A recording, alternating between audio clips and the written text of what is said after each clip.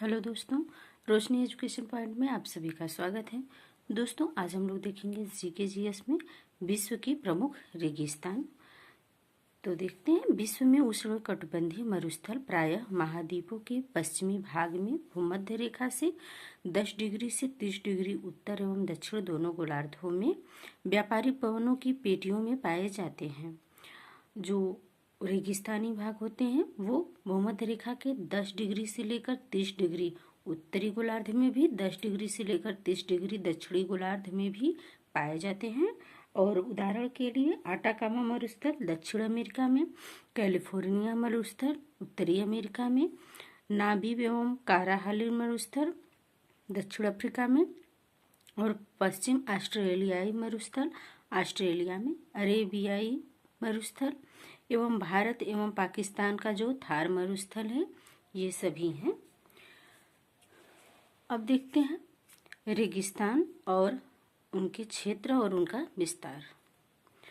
तो जो ये सहारा का मरुस्थल है, ये 11 देशों के सीमा रेखा को छूती है और इसका क्षेत्र है 84 लाख वर्ग किलोमीटर और इसका विस्तार है अल्जीरिया, चाड, लीबिया, माली, मारितानिया, नाइजीरिया, सूडान, ट्यूनीशिया, मिस्र और मोरक्को, ये सभी देश जो हैं वो सहारा मरुस्थल में आते हैं।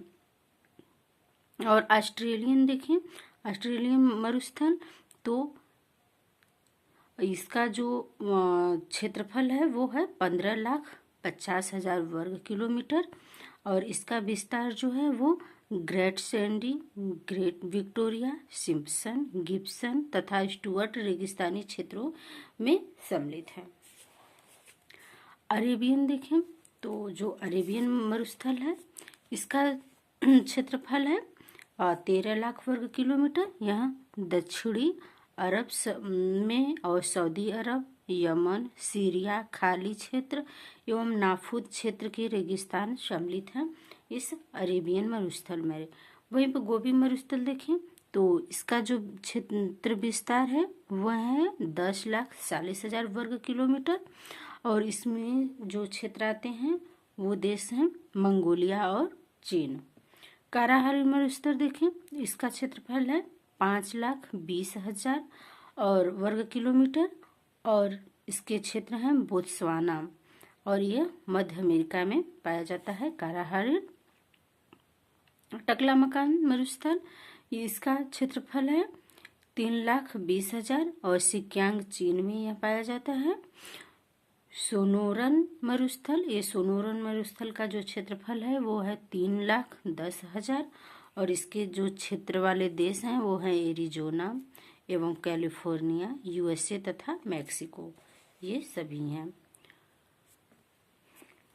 अब देखिए नामीब मरुस्थल, तो नामीब मरुस्थल का क्षेत्र है 3,10,000 और इसका विस्तार है दक्षिण अफ्रीका के नामीबिया से। और काराकोरम मरुस्थल का क्षेत्र जो है वो है 2,70,000 वर्ग किलोमीटर और कुर्ममेगिस्तान, तुर्कमेगिस्तान तक इसका क्षेत्र विस्तार है। थार का मरुस्थल देखें तो थार के मरुस्थल का जो क्षेत्र विस्तार है वह है 2,60,000 वर्ग किलोमीटर और इसमें उत्तरी पश्चिमी भारत और पाकिस्तान आते हैं थार के मरुस्थल में। सोमाली मरुस्थल देखें तो सोमाली मरुस्थल का जो क्षेत्रफल है वो है 2,60,000 वर्ग किलोमीटर और इसका जो क्षेत्र विस्तार है वो सोमालिया तक है और यह सोमालिया जो है अफ्रीका में पाया जाता है।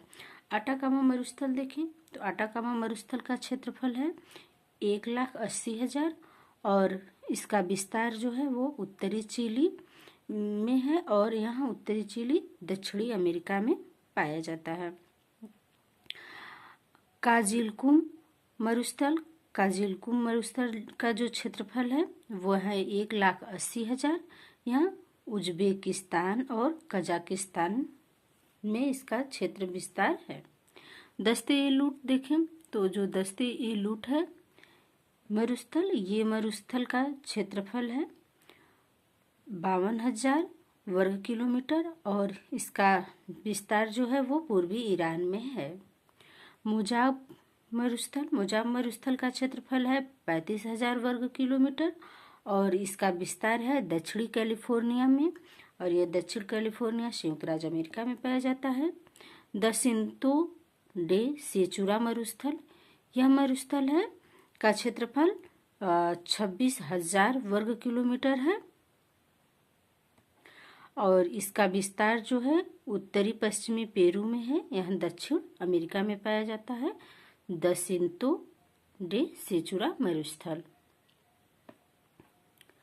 देखिए और कुछ बिंदु हैं तो जिसमें काराकुम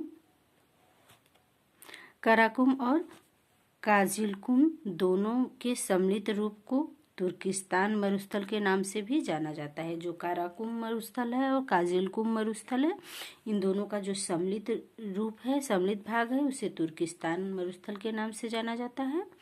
वहीं पे ग्रेट विक्टोरिया मरुस्थल ऑस्ट्रेलिया के दक्षिण एवं दक्षिण पश्चिम में विस्तारित है। यह ऑस्ट्रेलिया का सबसे बड़ा मरुस्थल है। ग्रेट विक्टोरिया मरुस्थल ऑस्ट्रेलिया का सबसे बड़ा मरुस्थल है। यह एक उष्ण मरुस्थल का उदाहरण है। जो ग्रेट विक्टोरिया मरुस्थल ऑस्ट्रेलिया में पाए जाने वाला है, वह एक उष्ण मरुस्थल का उदाहरण है।